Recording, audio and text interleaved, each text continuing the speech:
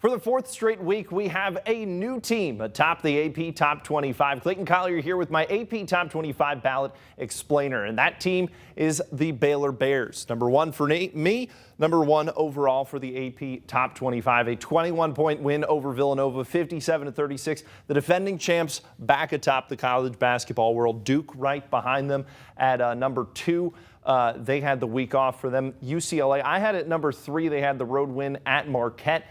Big game coming up against UNC on Saturday. Purdue, I had at number four. We can flip those for what the AP overall decided on that. Purdue coming off the last-second loss at Rutgers. Ron Harper with the buzzer beater three as they fall from number one down to number four. Gonzaga, for me, staying pat at number five. Same deal for the AP Top 25 overall. Coming up next after them, though, is Arizona, and the surprising one there for that number one in net.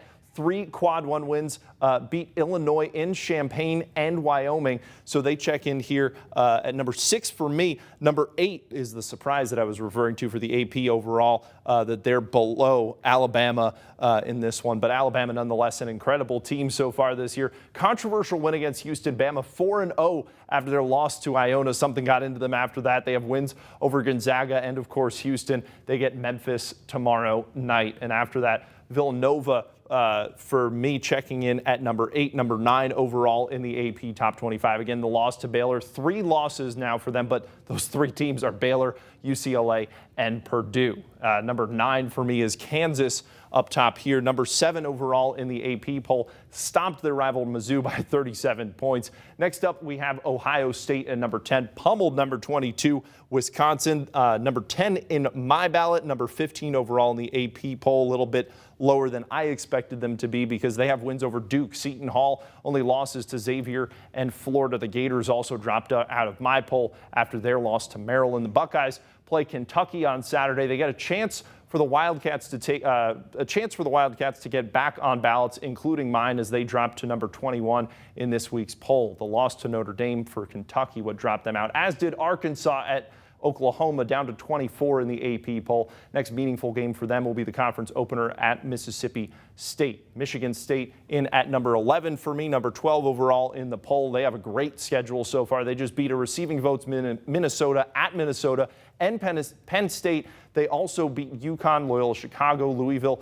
Only losses so far are to Kansas and to Baylor. Checking in at number 12 is Seton Hall. They had an incredible week. The Pirates beat number 7 Texas 64-60. Also beat the rival Rutgers in the Garden State Hardwood Classic. Pirates now have 2 top 10 wins. Only loss to Ohio State. They get Rick Pitino and Iona on Saturday. Number 13, Iowa State in my poll. Number 11 overall in the AP. It's hard to argue with that. They are undefeated so far. And speaking of rivals, they also downed the Hawkeyes in Ames. Cyclones now 10-0. Also undefeated USC as they check in right after that at number 14, number 10 overall in the AP poll, after they had wins over Eastern Kentucky and Long Beach State. Auburn at 15 in my poll, 13 overall. Road game coming up Saturday against St. Louis.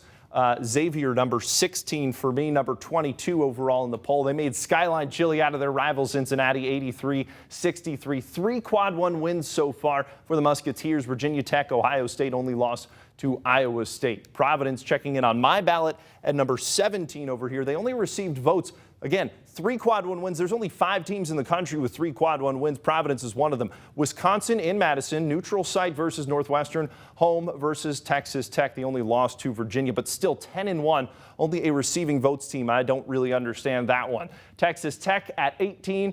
It was an ugly game, but it was a win over Tennessee. They're at 25 overall in the AP Top 25. Next up is Tennessee, that team that they beat in that one. 19 in my poll, not far off. 18 in the AP Top 25. LSU still undefeated. Big win over Georgia Tech.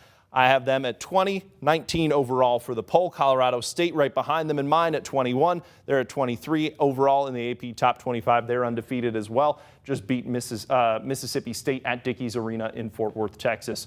Number 22, Wisconsin for me. They just got pummeled by Ohio State, but they still have a very strong schedule overall. They just dropped out in this week's poll overall in this one. UConn for me, number 23. Number 20 in the AP poll. After they lost to West Virginia, beat St. Bonaventure. A little bit of an up and down week for them. Number 24, Houston, Brutal way to lose to Alabama, a top 10 team.